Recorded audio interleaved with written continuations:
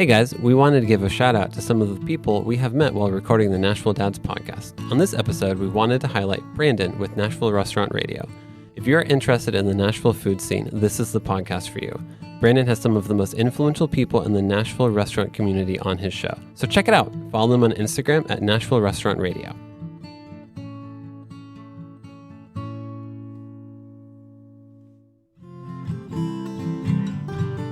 Welcome to another episode of the Nashville Dads.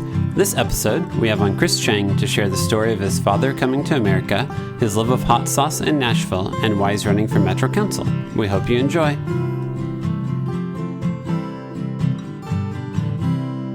All right. Chris Cheng is here with us, running for Metro Council at Large, owner of the Hot Sauce Nashville. How are you doing? I'm doing well. Yeah, I'm doing well. This is my first podcast, so I'm excited to be here. Thanks really for doing it with us. Been looking forward to this all week. So, when we first reached out to you, you said that you had a really cool story on your dad coming to Nashville and the influence that he had in your life. So tell us a little bit about that.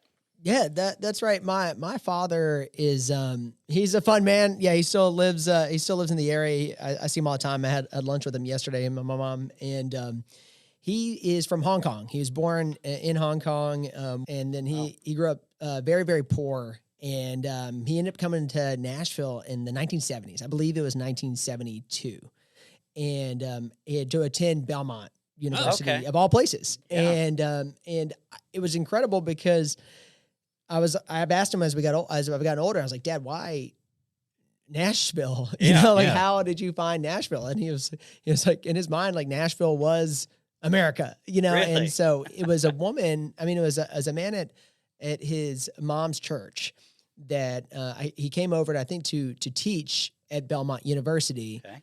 And so that was their connection to the United States, was like this Belmont University in Nashville, Tennessee. So as he got older, he had dreams of coming to the United States, and so Nashville it was. And That's cool. So he grew up, again, I'll give a little more context on him, and it was a big family. So he had certain siblings and some were cousins, but he was the youngest. So he has a couple of great hustle stories, and we'll talk more about, I guess, like entrepreneurship. I don't really know how, looking back, how that may have affected me more than I realized, but he has this one where at one point in their time, they lived near a cemetery, like a big, big cemetery. And in Hong Kong, it's very urban. There's not a lot of, space like in a city. And so it's huge. And so people come to pay their respects, bring their flowers or, whatever when they do on the anniversary to visit their deceased family members. And Dad's always had a really sharp mind. And so he said as a kid, and he said this as a pet, this wasn't like, hey, let me tell you a story about my life. It was like, he would say this one time, like he was like, I used to make money at the cemetery. And I was like, what does that mean? Like, what do you mean you used to make money as a kid at the cemetery? Well, I can only imagine what that means. Yeah. What was your life? Yeah. And so he's like, oh, no, I used to take people to the graves. And I was like, well, did you just make it up? Like, how did you know where the grave? What do you mean? And he was like, oh, it's so big that people get lost. And so I memorized the cemetery. What? And I was like, wait, what? He was a concierge. Yeah, so you'd walk up. People would walk up, and it was a service. He'd be like, oh, who would, and he would take them to their family member. That's a and good people would give hustle. him a little tip. And I was like, that is All right. I was like, well, that is entrepreneurial. And Heck yeah. it was a cool moment. I got to visit a few times. And the last time we were there, we were walking, and he was like, there's an old neighborhood. I look over, and there's a cemetery. I was like, wait, is this the spot? And he's like, oh yeah. I was like, I almost want to test him, like taking this. Of course, yeah. He probably would have at You least should have. But That's really cool. he came to, he had some savings, and mostly though, not much. I mean, both my parents grew up, on the poverty side. And I think he came here, and his mom, he had like one outfit or, not that many. He had a coat, and she had enough, they'd saved up just enough money in a cashier's check when, and cashier's checks were all the rage, Yeah. It was the Venmo of their time.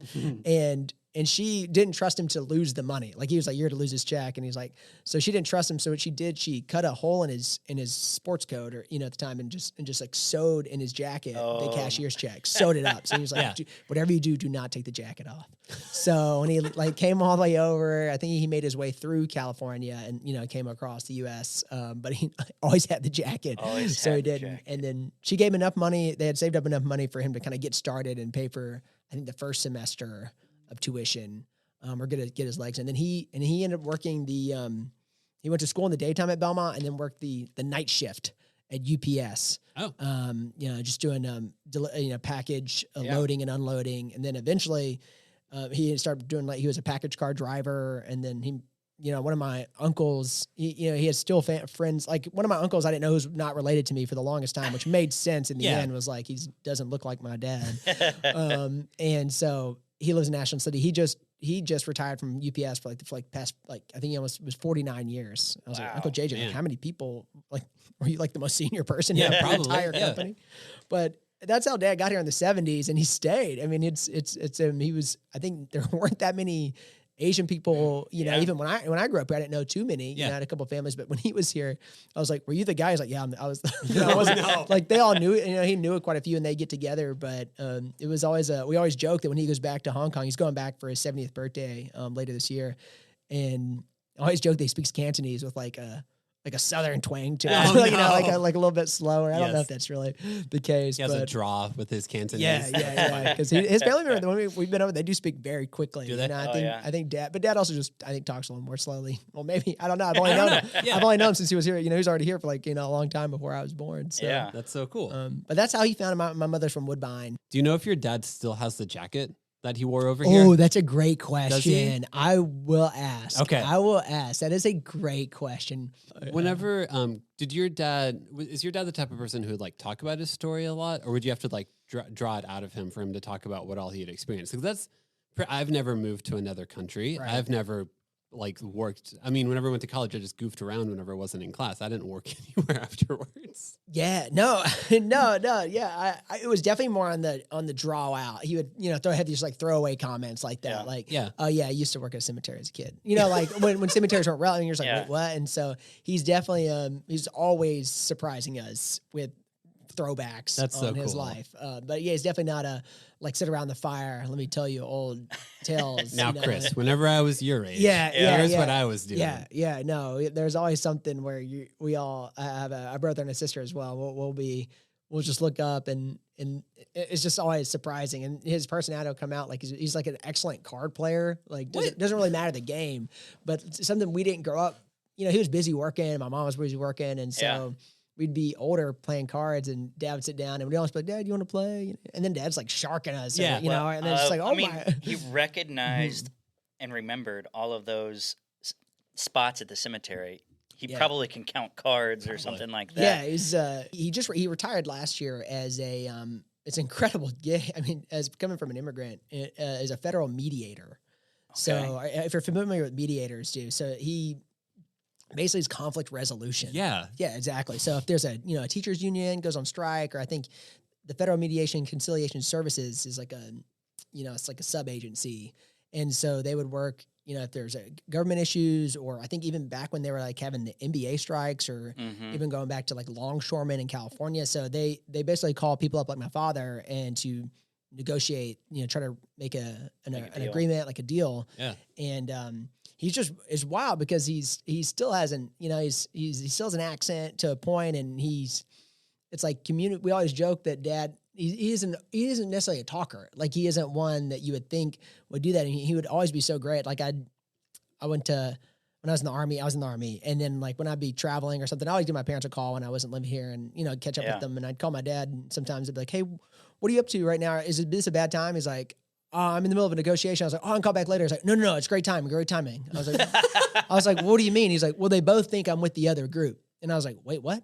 He was like, yeah, sometimes I can make them sweat it out. So I'm just actually just reading the newspaper. This is great. So one party thinks I'm with the other party, and the other party thinks I'm with that party. And I'm just going to see what happens. And so a lot of times he's like, no, it's great, because they both, they go from being rigid to they're both like, where's he at? What are they talking about? So when I come back, a lot of times they're a lot more ready to make a deal. And it's just that. I love that. It cracks me up. So was he the only one that came over, or Correct. Yeah, Okay. that is right. Yeah, he was the only one that came over, and whenever we got to visit, we could see people over there and Yeah. everything. And but yeah, he was the only one. He was the only one who stayed. I don't know if that was his original intent, but he stayed, and here he is. He's still he's coming out. He's coming out to the farmers market. He was at the farmers market yesterday. That's cool. My wife's parents, they're both super supportive as well. They and I can talk about him a lot. My wife's father is another someone cool. who's super important in my life, and who's I've also grown up around, and very blessed in that facet of having good fathers. But okay, so you are quite the entrepreneur, right? Like you have your own hot sauce company. Do you feel like your dad like kind of set an example for you to work hard and like, because clearly your dad was like, oh, maybe I should move to the States. I bet I can figure this out. And then did it and is still here. Do you feel like any of that is like ingrained in you, or is that like part of your family's DNA without realizing it? Maybe not. Yeah, I guess you're making me reflect on that a bit. I mean, it is quite the adventure. It is, and when you put it that, we always took that for granted that Dad came here, and he was here when I was born, right? So that's the way all you know. But you're right. Like it's a great point. Like that is quite the adventure. You really married in, especially in like the 70s. There's no WhatsApp. There's no internet. So he was just like, I'll see y'all when I see y'all. Yeah. I'll call you in like long distance. I can't imagine what long distance. When I was growing up, the 90s, it was, exorbitant. I can't imagine what it was like in the 70s to call home. No. And so it's a whole night shift just for that few minutes. So yeah, they're also like 13 hours ahead, aren't they? Like 12 or 13 hours ahead of us. So you gotta like talk about, so you catch them at breakfast, or you don't want to get them when they're getting ready, So time that out. So I think for most people I know, staying connected with their parents is something that like is a value to most people I know. And my parents live in the same time zone as me, and it's not a long distance phone call. So I couldn't imagine if I were to move to a completely different hemisphere, realistically, on my own, to go to college and not have a way to consistently, conveniently connect with my family members. I don't know how it'd be. I don't know how to, like, that's a really big risk. A whole nother country that speaks a totally different language. I'm guessing your father knew some English. He did. He knew some. But still, that's not your native language at all. Going to a different country, that's got to be hard. Yeah. So to your question, I guess he definitely is an example for kind of taking an adventure head on. And so the opposite side of that is, I guess still adventurous, but like after school, I joined the Army as an Army officer, opposite of owning a hot sauce business at the farmer's market. It's, very structured. Yeah, very much so. There's a path for you. There's a path. There's clear, you know your mission, who you report to, who reports to you, and, and intensely intense and structured. And so even shifting, but again, a lot of the unknowns. No one in my family, I didn't know anyone in the military before joining. So it was, still a bit of an unknown, I guess, in that point, reflecting on Dad. But now, I appreciate you calling it a hot sauce company. We still always joke, my wife and I, it's just our experiment, our project. So it's still just the two of us, but we're entering our senior year is what we call it. So we started in 2018, 2019. And with the recipes and everything. And so she was a nurse beforehand. She was a NICU nurse. Actually, her first job was at Vanderbilt as a NICU nurse. And then when was she a NICU nurse at Vanderbilt? That would have, we might have some. We're testing on a lot of things. So she graduated, that would have been in 2012 and 13, I believe. And then she moved out to Colorado, was where my first duty stations was at, and then down to Georgia. And then she was teaching nursing, actually, at a community college, Quincy College, in Quincy, Massachusetts. We were living in Cambridge, Boston area at the time before moving back home after I got out of the Army. And so she was we were gonna move back home, and we were working on some projects for the farmers. We were really into farmers markets. I should have been more clear about that. I love the farmers markets. Yes. And so whenever, like, again, moving away from your home, whether it be across the world or even across the country, my wife and I just fell in love with you go to your local farmers markets and you get to like talk to people, which is like crazy, this day and age, sometimes that like stranger human interaction, you get to see what people are like. Mm-hmm. And so we just, we fell in love with the farmers markets. And when we were living, after the Army, I went to grad school up in Boston, and we were living there, and we were there for 3 years. And so we had 2 summers, and one of the summers, she was teaching, so she had the summer available, and I got like a small grant from the school to work on some nebulous farmers market project, which was very generous of them. And so we went from Boston to all the way across the top to like Seattle, Vancouver area. Okay. Oh, wow. And all the way down to San Diego. We even hopped on like a cheap flight out to the Big Island because one of my old colonels was in charge of the training area in the Big Island. We went to some farmers markets out there, came back, and then cut the hypotenuse across the country back to Boston. It was a whole summer. Like it was like 12,000 miles. Yeah. Wow. And the whole, we have a little CRV, the same one you just saw me pull up in. Yeah. And it's got some miles on it. Yeah, I was that's gonna so. say. And it's been all over all those places that we've lived. But we packed that up, had a tent, and we just stayed at like national parks, state parks, or wherever we could find, like early Man. days of, like finding where you could stay at people's houses and stuff like that. Yeah. And just went to a ton of farmers markets. I think we've been to probably between the two of us, like 100 plus farmers markets around the country and the world. Like, again, it's a weird stat. I don't know if anyone's been to more. Like, I don't know why you would, but like we love farmers markets. And so when I finished school up, we moved back home in 2018, and we were like, well, what do we want to do? And I was like, we kind of just want to do something in the small food space. Yeah. And so that's kind of how we got into. What'd you study in school? It was a joint. I was lucky enough to do it's a joint degree program. So you can do like 2 master's degrees. And the first one was an MBA, and then you traded off each year. And the other one was a public policy degree. Okay. So I studied. So I was able to kind of study like business. So I get to learn a little bit. Coming from the military, it's you deal with a lot of numbers and budgets and things. So there's more than I think I would give it. A lot of people would give it credit for off the cuff. But knowing how to transition, it's always a nice. Transitions can be tough, and so I got to learn and learn from a lot of really interesting folks at school. Yeah. And then go from there to and then also balance back and forth between public policy. So it's like I kind of really fell in love with that kind of small business space, local business space, and then how it affects, the communities. I think I wrote my final like kind of graduate school thesis on, the farmers market. The research was heavy. That was part of that trip, was like heavy into like the local food scene and how it impacts the communities and the farmers cool. and stuff like that. So we moved back home, and we had been to so many, we always call it we go on the other side of the booth. We had been at so many farmers markets and fell in love with so many people. We knew people all over the country. Mm-hmm. Someone would be like, oh, I live in Seattle. I'm like, oh, I love this market. Man, those kale chips from this person are incredible. And they're like, wait, how did you even? So when we didn't know exactly what we wanted to do. And so we started playing with some stuff here, and we work out of a great commercial kitchen in East Nashville. It's awesome. We're right now. So again, I appreciate calling it a company.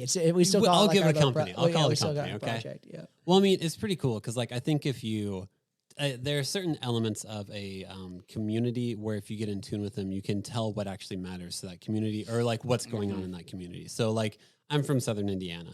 So, like, you go to a farmer's market, you know what crops are growing that time of year. You're familiar with, like, what if corn is available, like if watermelon are available. Based on the farmer's market, you know what everyone's life is like to some extent in that area.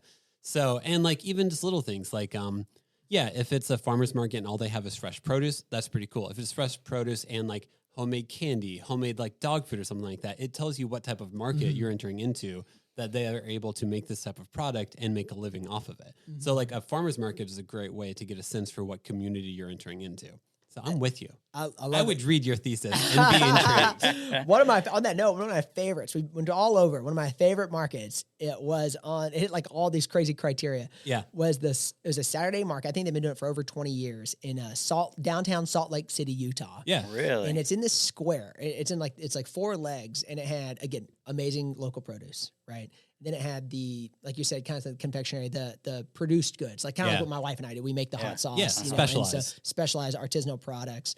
And then they had, which is also fun on a Saturday, they had like the food trucks. So you had like a line in the middle of the square of great food trucks. And we have actually quite a few. We can talk more about those in Nashville now that we work at. But then the fourth quality that I absolutely loved, I didn't see this at too many places, maybe not anywhere else, was that they had like kids it was right at the age, they're like getting ready for college, and they're like sitting there like playing the violin or something, like raising money for like, scholarships. I was like, wow, this is like totally cool. community. You've got a like, full ecosystem. Yeah, there's like in full one farmer's eco. Like market. you come here and you, like you said, you have a snapshot of the community, and it's cool. great. You visit somewhere, we can actually get a lot more tourists now at the farmers markets than I would expect. And it's great because they can get a taste of Nashville, both literally and metaphorically. Yeah. I mean, and do you mostly do the Richland Farmers Market? Is that kind of like your home base? Richland is that's our Saturday market. Okay. But when we started, we do. I mean, even this year I'll be all over town. So we do the Richland Farmers Market. The past 3 years on Saturdays, my wife and I usually we go down to Franklin Farmers Market, at the factory. One be at Richland.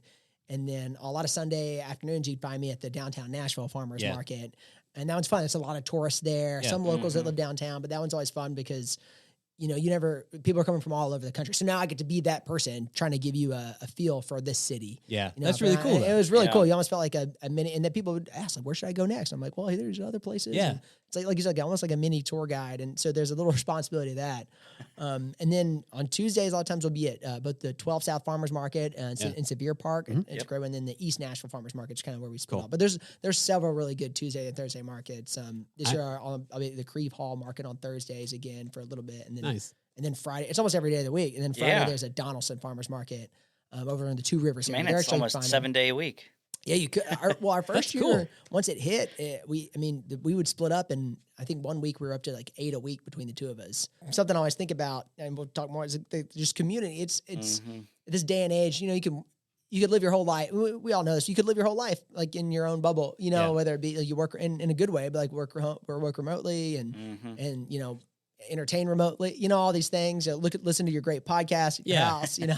Thank you. But it's great to have those places that foster community. I think is something that's still really special and something. Again, going back to these are the types of things I want to support. Yeah. If I was lucky enough to get elected to the city council, to the Metro Council, it'd be something that these types of parks and community building things. Yep. Kitchen that we cook out of, we started as it's a place called Citizen Kitchens, always reverse the floors. Yeah. And they have one on the west side over near the farmer's market. Oh, do they? And they have one on the east side at the basement of Hunter Station. Yeah, it's a really cool spot. Used to be Hunter's Automotive. Speaking of my father-in-law, Chelsea's father, used to take his motorcycle there, when it was the motorcycle, it was a garage. And now it's amazing, full circle. We work in the basement there. And cool. That's where we cook and on that community part though, I think I was talking to the manager this past week, and I was like, Alan, how many clients does it have now? He's like, I think at some point they count over 200, 240 is what he was projecting. Whoa. Of different food trucks running out of there, different catering businesses, bakers, people that all over town and some people that still work there, some people that have like graduated. Most importantly, though, I think they always talk about finding a place where you to fail cheaply, which is amazing because like the barriers to entry and the challenges, and so much going back to a little bit of the business side, so much that we learned on that trip talking to farmers market vendors is like commercial kitchen space is so in demand and can be so expensive, and so finding a place where you can kind of iterate, test your ideas, maybe shift, and maybe just be like, hey, this isn't for me, or maybe this is great, and now I'm going to go open my own coffee shop or bakery or something like that. Yeah. Restaurant. Yeah. You didn't have to take out a second mortgage to see what materials you needed to make hot sauce. Yeah, exactly. Like we're rolling there. I'll roll in there tomorrow morning, and we'll start cooking a batch. And it's really, and it's a good community. So that's cool. I appreciate you saying that. I guess we're just immersed in our lives are immersed in these communities of some really creative makers, and something that we're very thankful to know these people. Yeah.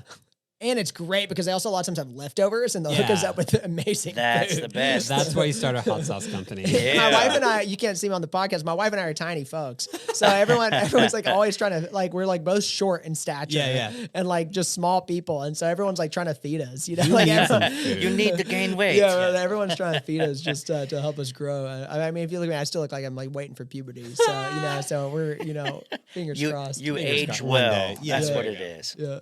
Okay. So you have a pretty cool history to yourself. Went to Harvard and were a Ranger, Army Ranger. Tell us about that. I mean, how did you pick Harvard?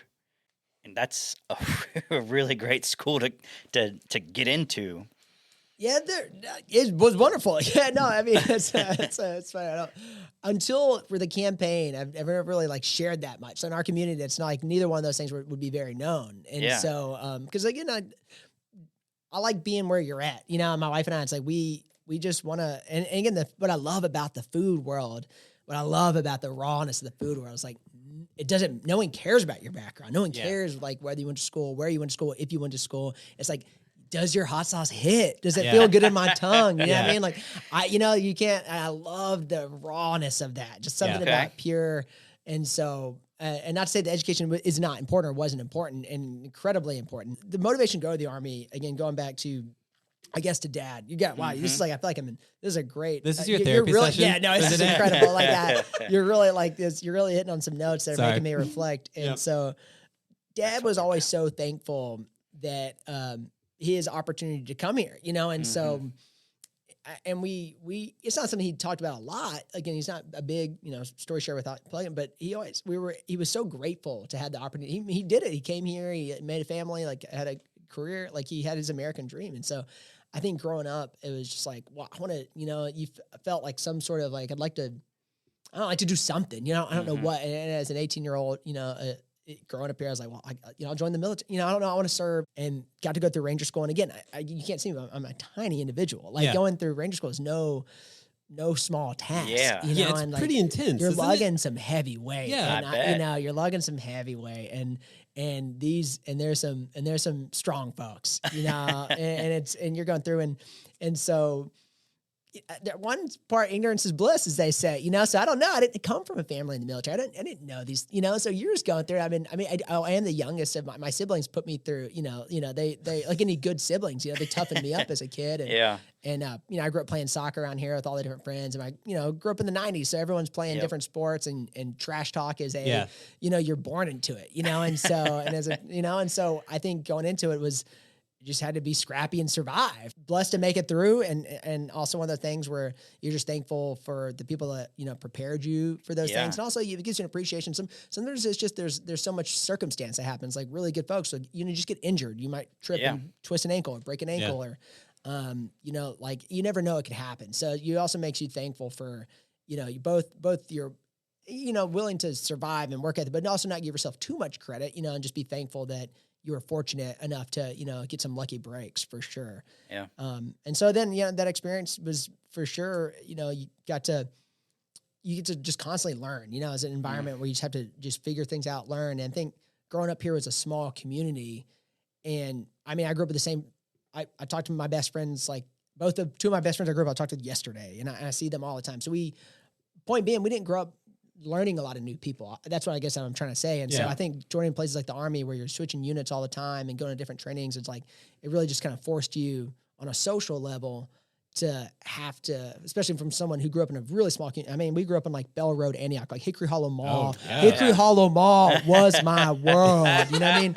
That's where you went, see and be seen. Like upstairs, downstairs, where you went. Like that was, you go to Tilt and play the arcade, like the mall. That's awesome. Getting the free samples at Bourbon Street Cafe. It's like that was my world. And so going to, I think the military and different schools like really taught me to really have to, meet people and learn and then also see and be adaptive. Yeah. And see how other people think about things, different cultures, different religions.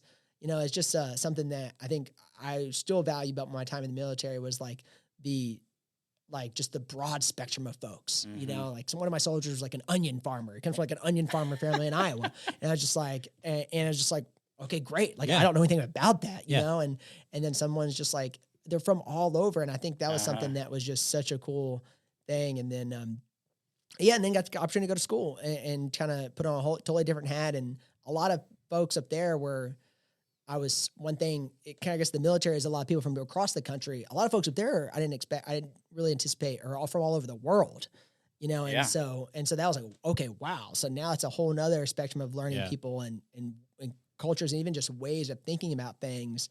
And we were really fortunate to make some friends, and they would, take us to different countries and see different things. And I think for me, it's always just, like you say, I think adaptive and just appreciating kind of like sharing your stories and hearing their stories. And so definitely kind of helps. Coming to our current life, just being at the farmer's market, it's, you never know who's going to walk up to the booth. Yeah. You never know. It could be, a lot of people are friendly, hot sauce is kind of self-selecting. So people kind of come, I have a pretty good time, but you never know, if someone's, where they're coming from, or if they're just, everyone wants to give you advice and tell you about their hot sauces or what their bread, and you just gotta be ready to dance, you gotta see where they want, and then, sample your stuff. And again, it doesn't matter. All this comes up to the point. It doesn't matter unless you got the sauce, and that's what I love it. I love it. You got to continue to, we have to continue to prove ourselves every single season. And every sauce we make, there's no writing on anything. We have to make sure it's good. And thankfully all this said, I have my wife, and she's the boss. So she makes sure we're always on point. So, why, I guess really the most important question, why hot sauce? I think part of it was during some deployments. When I was in the Army, I think I definitely my dad, like, he always grew up, and then he always had his own little hot sauces he would get from little places or whip up his own. And even like I remember him sriracha in the fridge, but way before sriracha was it sriracha. was like, I was like, what is this bottle with the green tip, And I had friends come over to our house to like eat his soup and like, y'all want some of the green tip, like before it was really like readily available. And so definitely was not but I wasn't like a spicy food addict or anything like that. It was just like grew up around, some spicy foods, and dad loves spicy food. Like he's still, our hot sauces are still probably never as hot enough for him as he would probably prefer, but he is kind enough to eat them otherwise. And, but so whenever several deployments or anything like that, they, you just kind of grew to like enjoy hot sauce. And some people just send stuff over, and we've done this before as well. But I think sometimes you have your food, and there was one time it was me and someone else. It was like me and the Colonel both had. There was like a garlic derivative of one of the big brands. I still can't just really remember this day, but I'm also, to be clear, also not a hot sauce snob in the least. Like I am whatever the opposite would be. Like I'm down to get with what, like I love Cholula is one of my favorites. Like Texas Pete, like Valentina, Crystal. Like I appreciate, I'm not at all like I'm just happy for the spice. I'm just happy for the spice. So I fell in love with hot sauce. And then, as you now know, we fell in love with the farmers market community. And not that many people when we travel the country, usually see, there's always good bakers. There's usually some really good nut butters and some almost always like a really good jam or jelly person. But hot sauces weren't that common in our trip, which we thought was surprising. And once we got started, we actually learned, we now like kind of learned a little.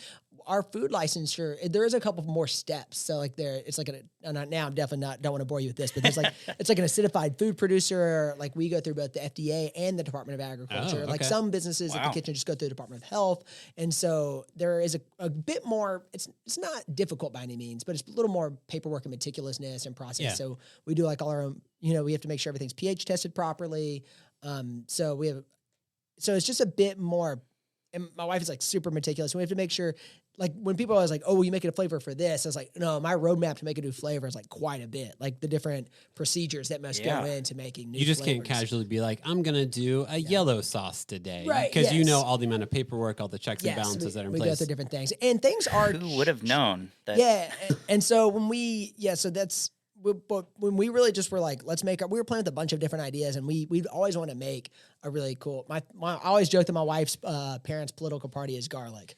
They like absolutely love garlic. Are they Italian? Or the Mediterranean? No, they just really like garlic. I think when I asked my wife's parents, and I could love to talk about them more because they're just amazing people. Yeah. They let us crash in their basement when we first moved back home and made the hot sauce company. Like they had to deal with us smelling the one blender we had when we were just doing iterations. Based on their love of garlic, they're probably welcoming of it. But I'm like, where you asked her the Italian, where are you from? He's like, I have family in Gallatin, or it's like, and my mother-in-law's family goes up to like Adams, Tennessee. Like that's, like, are you Greek or Italian? He's like, no, they're from Greenbrier, Adams, Springfield. And he's like, oh, okay, so they're from Paris, Tennessee. Yeah, exactly. Yeah. Exactly. They are Tennessean, but they just love garlic. And so we were like, well, my family loves hot sauce and spice. So like our first one was this flavor, the hot garlic. Cool. Was our first flavor and still our signature, I would say. Cool. That we make the most of and probably sell the most of. And then once it was one of those things. My wife's mother is also very, very, very picky. I can't like she likes what she likes, and she will clearly tell you what she doesn't like. Yeah. Which is great for a focus group. So we were making hot sauces. Cool. She would just like she's not easy to please. Yes. And then we had done a bunch of versions of this. I mean, I think they were with this huge Excel file of all these early derivatives. And my wife, like, we're really craving the kitchen, and like usually we can, especially her, we can like make something decent. Even we're just cooking for ourselves or making like want to try a new project, or this for some reason was not hitting. We were just like failing at it. And we weren't necessarily setting out to make a hot sauce business. We just want to make a hot sauce for ourselves. And we got to the point where I was like, several months down the road, I think it was 8 months, and like 52 versions with many derivatives, like 17B. Wow. 32C, and be like, still terrible. Yeah. Like slightly more palatable. And it's like, we didn't get it. And then back to your sweatshirt, the Nashville Public Library sweatshirt. Chelsea and I, we're big library users. Yep. And again, on the campaign, I'm big about the libraries. Cool. But we checked out. Is that why you wore that shirt? It was comfy, and I do love the library. We checked out a bunch of books on like pepper, spices, Did you really? fermentation, canning, like everything we could Yeah. find. And so we were just relentless about trying to learn. It was almost an intellectual just challenge. Yeah. It was like, we should be able to make a decent hot sauce. Eventually, like we kind of were like, well, that was a fun project. We'll maybe play with some other stuff. And then we let one marinate. This was, I believe, 52B. I believe. Which isn't good branding, by the way. I'm glad you changed the name. 52B. Yeah. One day it'll have to be like on the wall and no one will know what it means. Yeah, so pretty like much, 52B. And I tasted it a little bit later because we also now learn it takes a little time in the bottle to sometimes really marinate. Flavors develop over time. Yeah. Flavors develop. And so we were like, I was blind taste testing my wife with some of her favorites that she had. And she was like, oh, that's my favorite. But she thought it was this one we got like in Gatlinburg or something. I was like, no, that's 52B. She was That's like, cool. wait, what? So then later on, like that week, we had dinner with my wife's parents. Again, that was just upstairs. We were in their basement. Yeah. So it was a very common occurrence.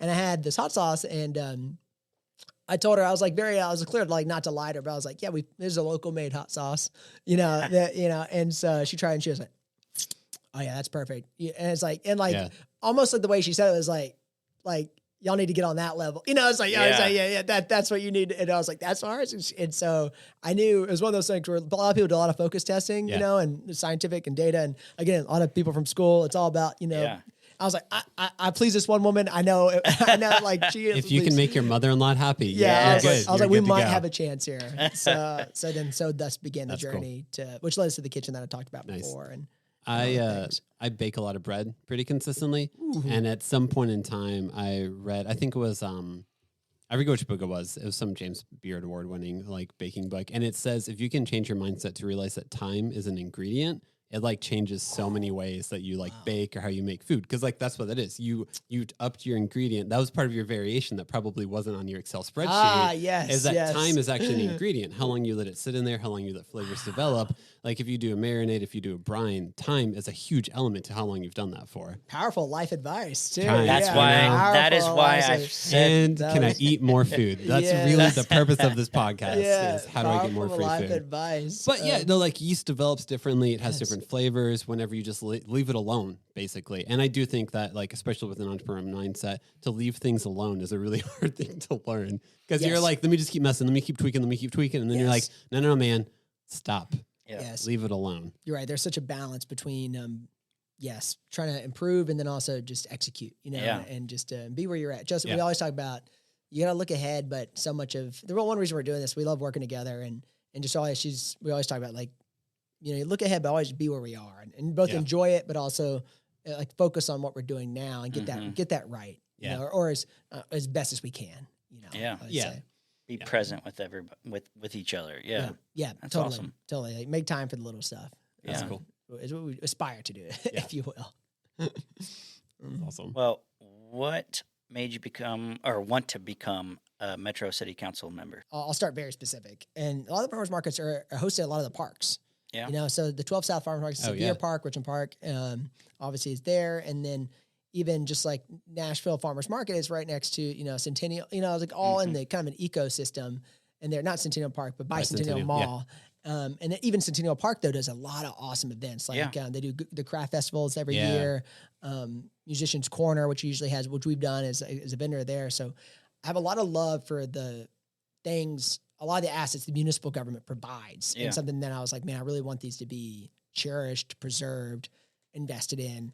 And then we've gotten to know now, along with, in addition to selling at the farmers markets, we've gotten to know other members of the community. So people who own like little retail shops, boutique shops, like local restaurants. Like we're going to deliver probably, I think, hot sauce to Wild Cow in East Nashville tomorrow or this week.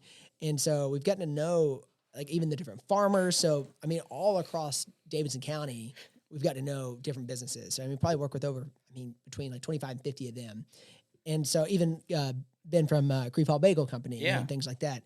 And so many of them are doing build outs and then, I deliver and everyone's on different expertise levels for different things. Like some people are most of the best makers are usually like masters of their craft. Mm-hmm. They're awesome at making this particular product. But when they're working through to open go through the permits and the licensing and all the different things to get their business, whether it just be at the market or also even when they're opening like a brick and mortar shop, a lot of times it's like they run into roadblocks like you naturally would. And a lot of them, everyone's usually pretty, innovative and they figure it out. But it was one of those things that we were talking with I was talking with Dottie, the 12 South Farmers Market manager, a couple summers ago. I was like, man, we really don't need like someone on the other side to really appreciate. We need like a small business champion. We need someone on the city council. And there's a lot of priorities, and there's a lot of things I care about, parks, libraries, and things. But like one of probably the one you can tell from this, I'm most passionate about is like, I would love someone on the other side at the table. And just every time there's a development, every time there's a proposal, a tax policy, whatever it may be, I'd love for someone to be there just sitting with the lens, like the litmus test of the farmers or the local and small businesses. Like, well, how does this going to affect? How's it going to hurt? How's it going to help the different small businesses in that particular neighborhood or across the board? And so everyone's coming from different places, and, the districts have their own initiatives, and they want to take care of the districts, which is their jobs. And then the at-large members, across the board. And I was like, basically, this doesn't exist, but one of the at-large spots, I was like, want to be basically a constituency that represents the local businesses. And so that's kind of where the idea spun from, for sure. And then obviously thinking more about that, how is that related to other things like such the public assets, like the parks are super important to me. Even the libraries, they support so many different initiatives and in the Metro Arts programs. But most of the stuff, when people ask me a question, my first thought initially is like, well, is that good for small businesses? Is that bad for small businesses?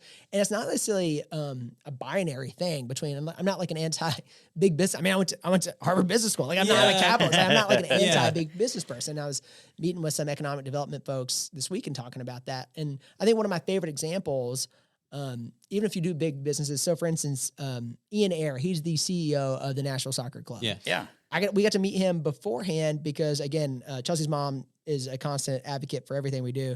She had met him at some event and was like, "You got to meet my daughter and son-in-law. They have a hot sauce business." He was like, "What?" I actually happen to love hot sauce, right? So As cool. British people do. Sure, I know. We've actually traveled on that. I was like, not a big Nope. Yeah, and so Is it vinegar? Yeah, right. Yeah.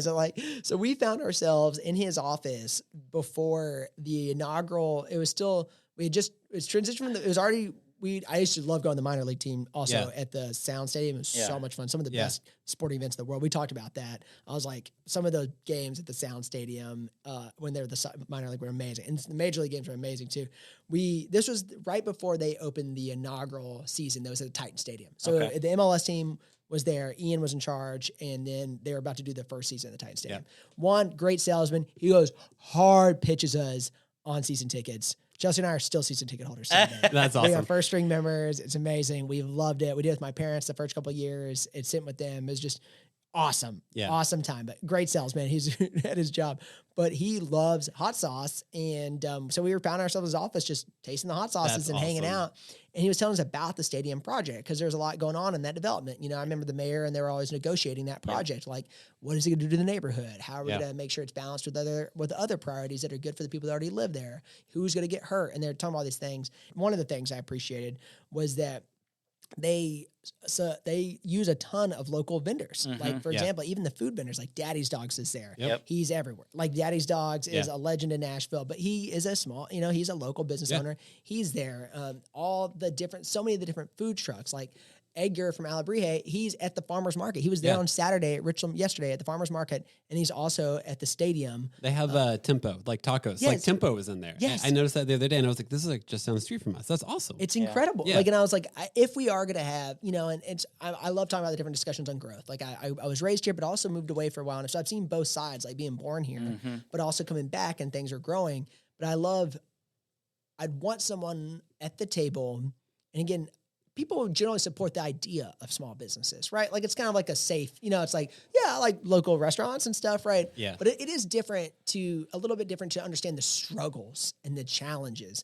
And really the people I hang out with are the small business owners. They're like, hey, Chris, this is a problem, or this is where I need help. My ambition would be to have someone there, and that's why I'm running, to be an advocate for these people. And when we do have new projects like this, there's all kinds of important things that the community needs right now. But also not to forget, like, how does this affect? Just have someone raising their hand. It doesn't have to be the trump card every time, but like someone raising their hand being like, how will this affect? And almost to the point where my dream would be you're at the meetings, at the city council meetings, and like, whoever that may be, if I was lucky enough to be, I like raise my hand, and everyone like already kind of like rolls their eyes. Yeah. Like, we know what Chris is going to say. Small business. Yeah, we get it. Yeah. And so to the point where you just keep beating it. And, we're also busy and things can happen so fast in the news cycle and different parties in the city that it'd be awesome to have someone who's just a consummate, advocate, like a steadfast person. Do you have any other questions for me? I was just about to ask the same thing. I mean, I've got random silly questions to ask that we'll end it with. Ask away. Okay, so let's see. What's your favorite? What do you eat? Where do you eat at the most? Like, what's your favorite restaurant in town? It definitely changes. Okay. We go through almost like Picasso like moods of like blue phases. I'd say when we were cooking our hot sauce, we can always know where we want to go after we cook the hot sauce. Okay, We cook on like Monday, Wednesdays, and oftentimes Fridays, and it's a rigorous process. Like it's the amount of like pepper cutting, the blending, the lifting the pots, the pouring, like the amount of risk. Point is, we get really fatigued, and it takes a lot. So we're always like famished when we finished. Yeah. And so our first year, not the whole year, but we often found ourselves going to Pharmacy Burger like all the time on that back patio, especially during the pandemic because they had the back patio open and it was so nice and it was like beautiful weather and you could sit out there and we also stink. Like we smell like hot sauce. Smell like peppers. Yeah, we smell it. So it's nice to be outside and you know, it's like, I get it. We were literally delivering at a store the other day, the Get Along. And I was like, yeah, we just came from the kitchen. She's like, yeah, I know. I'm aware. I'm aware. This year it's been, recently we've been doing a lot of Redheaded Stranger. Oh, yeah. Where is that? That's also in East. Yeah. We cook in East. It's over near like Dickerson area. Okay. And then not far from like Folk and Audrey. Like Cleveland Park area. area. And then we but we like a lot of them. Like Maru we love Maru. It's also in East. We do a lot of East, but then we bounce my favorite. Oh, talking about my father. Let's talk about my father. My father's favorite restaurant. One of his favorites when we've gone to different Chinese restaurants throughout growing up. And there's one called China Garden in Donaldson Pike. It's not there anymore. It's an awesome restaurant. They got really into growing like bamboo as well there. And so it was like a great, you walk in and it's like, is this a bamboo shop? Is this a restaurant? The food was the wonton soup was phenomenal. Yeah. I can taste it right now. That's awesome. I love it. And then we went to a place in Green Hills called Chinatown. Okay. And that was the spot when I'd have friends, especially even one of my Asian friends from school would come in and like, where are we going after? It was like New Year's Day one year. And he's like, well, let's go to Chinatown. He's like, oh, Nashville's got a Chinatown? I'm like, nice. And I was like, not exactly. We like pull up and it was like one restaurant. And I was like, oh, and he was like, oh, I thought we were going to Chinatown. I was like, oh, sorry, I should have told you. Literally the name of the business we're going to. It's not a section of town. Right. Right now, though, one of our places we go to is, because he can speak Cantonese as well, is Lucky Bamboo.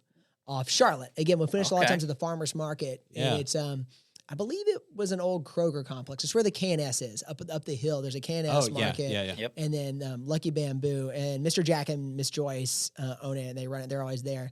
And they can just speak Cantonese and whatever, it's a trash talk, like to catch up on things. And then they do dim sum and dumplings on the weekends.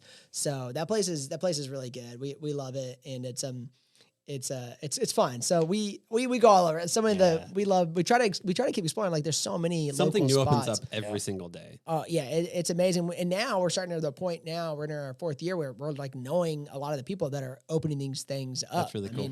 Fat Belly Pretzel on Gallatin. Oh my goodness, it's so good.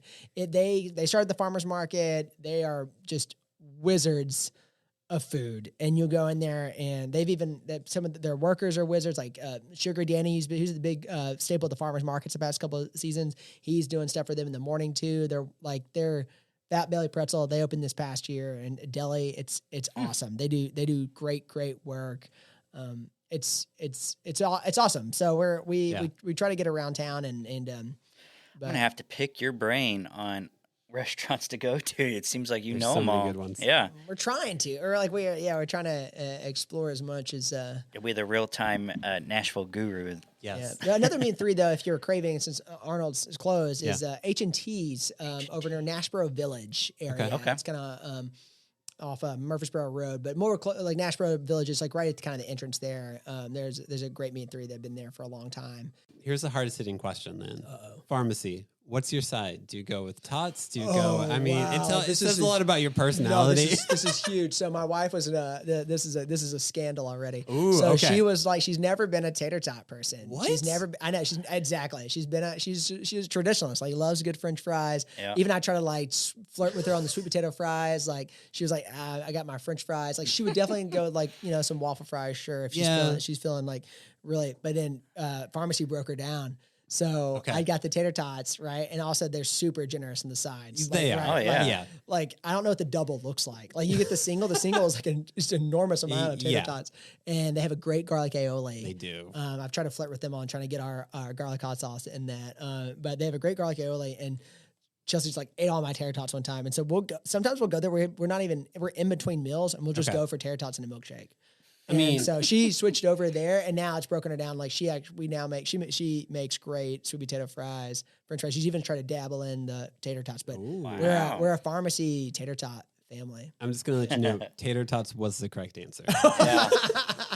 So to be fair, I don't know about that. Like it's. Because when you think of tater tots, you think of like you're like in kindergarten or first grade, you're at a school cafeteria, and you're like, what did this person put in front of me? I guess I'll eat it. And then you go to the pharmacy and have their tater tots, and you're like, this is what this was supposed to taste like. Yeah. Our rehearsal dinner was when Holland House was there. So Holland House used to have a back room. So we did the back room of Holland House with pharmacy food. So we did Holland House punch bowls with pharmacy burgers. Whoa. That was our rehearsal dinner. There you go. Wow, that is that. Wow, good for you. That is like extremely authentic. It was like we realized we were able to do it, and we were like, yeah. My parents were like, yeah, sure, that's fine. I was like, oh, thank you. This is gonna be so tasty. This is gonna be so good. Great. Yeah, I remember Holland House. Holland House was sweet. I miss Holland House. Yeah. Wow. So. Our rehearsal dinner was at again. We got married in April of 2015. Okay. And I was still in the Army. I was down in Columbus, Georgia, at Fort Benning, and we had a 4-day weekend. It was Easter weekend, so it was the only time to get off. So we came up, rehearsal, and I got married, and I went back down. Oh man! And so we could get time later. It's just not immediately after. So we had we had to do a honeymoon later, which was great. But we had ours at growing up. My favorite downtown was Jack's Barbecue. Yeah. And it was before there's a lot of restaurants downtown. I mean, it wasn't that long ago, 2015, but it was that long ago. Yeah. So Jack's, like, again, they're so popular now. I mean, if you go down there, they're so popular. Like before, we called them, Chelsea set it up when I was, I think, deployed one time. And she was like, yeah, Jack said they'll do it. And we have upstairs and it was fine. Like, it was real casual. And it was still like a Friday night because we got married on a Saturday. But that's where I still have a lot of love for my fun fact, my buddy who used to work at the commercial kitchen I met, growing up, the reason I used to love Jack's was their chess pie. Oh yeah, I like them both, but their chocolate chess was the one that really hit me. And chocolate. And so this is crazy coincidence. I guess I talk about this chocolate chess pie more than I should. And this buddy of mine who was selling cookies, he owned a cookie business, Ken, was telling me, he was like, yeah, I bought a pie company or something like that. And I was like, oh, okay, great. I didn't know that was, someone like, oh, I bought a Honda Civic, like I bought a pie company. I was like, oh, okay, great. Oh, that makes you happy. He told me, he was like, what kind of pies? He's like, oh, some chess pies. I was like, and I couldn't help myself. I was like, yeah, man, I love the chess pies. He's like, oh yeah, I bought the company that makes those chess pies. I was like, you did it. Like you achieved it. Like you're the pinnacle. You're the pinnacle. You're the peak. I can't wait to tell him I just talked about him. That's awesome. Do you have any final thoughts? No, I think one thing I wanted to definitely talk about on that, going back to the dads. Yeah. My wife's father, Terry, but I want to be sure to clear to talk about Chelsea's father. Like we were both blessed to have. And the older I get, the more I'm thankful for the impact and examples I had. So Chelsea and I grew up together. We grew up in I think we've known each other since, again, I told you we were super short, but we were even shorter then. Since we were, I think, in elementary school and grew up. And so I've known her parents for a long time as well. And both of our families, they get along, which is so amazing. We have dinners together, the six of us, and everyone enjoys it. But they've all been so generous, and Chelsea's father is just such a kind, generous person in so many ways. Like he's always wanting to, he's that person who's always wanting to help. Like both our dads, like I could, no context, I could call either one. I could call them both right now and just be like, here's the address, like need you. Boom. Yeah. They'd be here without a doubt. And so, but I mean, even going back to when we moved back home, we moved into their basement. It's one thing to say like, oh, my mother and father-in-law let us live in their basement. But it was like, it's one thing to say that's like, that's already kind enough. Yeah. But it's another to like wholeheartedly support it while we were trying to figure ourselves out and make a hot sauce business. And like, they welcomed you in there. And being encouraging. Like they still like, I was with him today helping him move a couch and he was wearing a Hot Sauce Nashville t-shirt. Yeah. You know what I mean? Like that's like cool. They are both of we've been blessed to have two dads and mothers too, but since it's the Dads podcast for now, two dads who are just ride or dies. That's awesome. And I think both just encouraging again, like I think a lot of dads be like, okay, so you finished Harvard, so now you're gonna make hot sauce. Like it's like not like necessarily like the most like, but neither one ever blinked an eye. That's great. Never one Yeah. was like and if it didn't work, I knew they would be supportive as well, and always trying to help. Even with the campaign, they're always like trying to be supportive and introduce me to folks. And so it's I definitely want to give a lot of credit to both of our dads, and just the attitude, and not even like specific practices or who they are. It's just who they are. It's just their attitudes, and I think the word that keeps coming to my mind, I've already said it a few times, is like they're just so generous. Yeah. Again, not even just generous in the traditional sense, just generous with their mental bandwidth. They're just generous with their time. No, I think one of the fascinating things about being a dad or having a father is they help you define like what normal is and how you're supposed to treat people. Wow. So like it is though, like how you watch your dad interact with someone and you think that's what normal is. You think that's how you're supposed to treat people. So your dad clearly played a role in how you talk to people, how you're curious about people, if you think that there's adventures you should go on in your life. Your dad must have set a tone of, yeah, man, try it. I'm your safety net. I'm your support system. Go out there and do it. I don't think you would have lived the life that you've lived so far without a father who clearly communicated to you, I've got you. Yeah, I totally agree. And that's awesome. That's awesome. Yeah, that's deep. Great. That's deep. Yeah, that is deep. That is deep. But it's true though. Like it's ingrained in all of us. How like Justin and I are the type of people who will talk to strangers. I think you are too. And it's because I know I watched my dad. Like my dad taught me to make eye contact with if you're walking, make eye contact and give a smile and say hello. And it's because my dad taught me how to do that by watching him do that. Mm-hmm. So your father inherently teaches you kindness, generosity, like how to be a decent person to other people. So this was hopefully your opportunity to lift your dad up and share the fact that you have an awesome dad who's a loving person, and it's been passed on to you. That's great. No, that's great. Now, thanks for having me. This is you've caused a lot of reflection, and I've rambled a ton on here, and so man, we do too. Don't worry about it. This is great conversation. I definitely feel thankful to. Again, thank for what y'all do is incredible. I mean, what your project is, just. I always go back to this. Like I'm always struck between this society. Not even take away the city, take away everything. Just the day and age, and you probably we only know this age, so I can't speak for the future or past. Yeah. But it's a struggle between everyone's trying to do everything, and I just feel like there's such a a busyness, and that's what goes back to just like loving community and finding ways to slow down and whatever the fast that maybe it's small businesses, maybe it's park, maybe it's libraries. Those are things I value, but I'm sure there's plenty other ways that manifest. But I love that. Thanks for having me on this because just an excuse to. I don't know, reflect and joke about things is special and almost more special than it should be. Yeah. Well, thank you very much. Thanks for wanting to be on. Thanks for being here. Good luck running for city council. When's election day? So early voting is in July. Okay. And then August 3rd is election day. My website is VoteCheng. It's really simple.com. How do you spell Cheng? CHENG. Okay. VoteCheng. And then that's the same with like the Instagram handle and those things. And so always looking for input.